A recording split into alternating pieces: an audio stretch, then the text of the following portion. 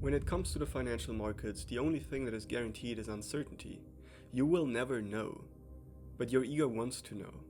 It wants certainty. It wants to control outcome. And it's even willing to sacrifice profitability just to protect its need to be right.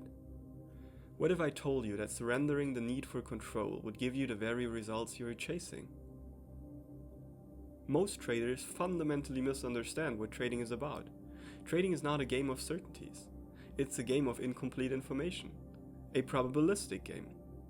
In a probabilistic game, there are possibilities, what could happen, and there are probabilities, how likely each possibility is. But your ego doesn't want probabilities. Your ego wants certainties.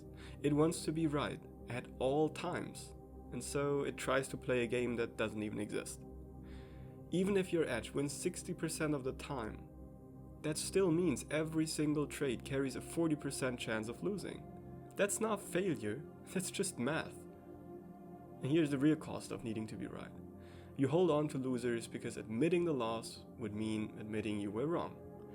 You cut winners short because once you are proven right, your ego just wants to lock in validation. You hold on to an idea even after the market has clearly shifted. Not because it is still the highest probability outcome, but because you can't accept that you read it wrong. In other words, your ego would rather crash and burn with its idea than to admit that you were wrong. And the worst part? You're not just losing money, you're losing confidence. Every time you refuse to let go, you trust yourself a little less. It costs you time. You are stuck defending your bias, while the next clean setup passes you by. It costs you energy, because carrying the weight of proving yourself in every trade is exhausting. And it costs you peace of mind. Because when you need to be right, you are never at ease. You are always tense, second-guessing, forcing. Even when you win, it doesn't feel peaceful. It just feels like temporary relief. This is the tax you pay when you need to be right. And the market collects it every single time. So what's the way out? You stop trying to be right, and you start focusing on being disciplined, on executing your edge exactly as it was designed. Because being wrong is built into this game. It's not failure, it's part of the distribution. What matters isn't whether the trade wins or loses. What matters is whether you played it correctly.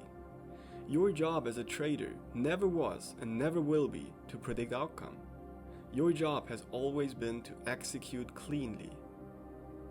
Here's the paradox. The moment you stop needing to be right, you finally start to become consistently profitable. Because now you're no longer fighting the market, you are aligned with it. You allow the probabilities to play out, instead of trying to force certainties that don't exist. So what's the one thing you should take away from this episode? Your edge doesn't need to be perfect, and it doesn't need to win. It just needs to be valid. If it's valid, execute cleanly, and experience the win in that very moment of execution. It is always a good decision to execute your edge. How that individual edge plays out holds no relevance at all. The outcome of the trade doesn't change the quality of your decision. It's just the information you were waiting for to complete your journal. And remember, the most important trade is always the next one. That was Satori Trades, and you've been listening to The Edge Within. Until next time, sit still, breathe deep, and trade from clarity.